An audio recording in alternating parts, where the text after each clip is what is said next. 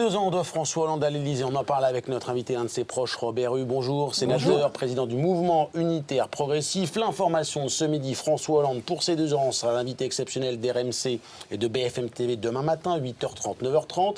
Si vous étiez un éditeur d'RMC ou un téléspectateur de BFM TV, quelles questions lui poseriez-vous? D'abord, je me féliciterais avec Jean-Jacques Bourdin d'avoir le président sur le plateau. Ça veut dire qu'il souhaite vraiment que se rétablissent des liens avec l'opinion publique, avec les citoyens, des liens rompus, distendus, c'est évident, et il choisit la communication pour le faire, une forme de communication plus directe. C'est important. Mais, je dirais aussi, la communication ne suffit pas. Il faut bien voir qu'il y a des choses beaucoup plus profondes.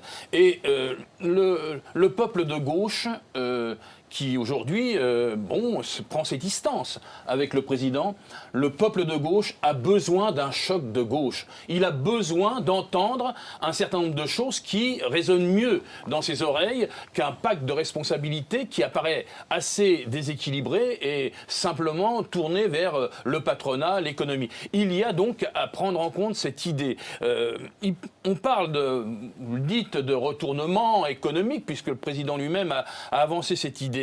Mais c'est toujours un retournement, une courbe, enfin, c'est toujours lié à une économie froide, désincarnée.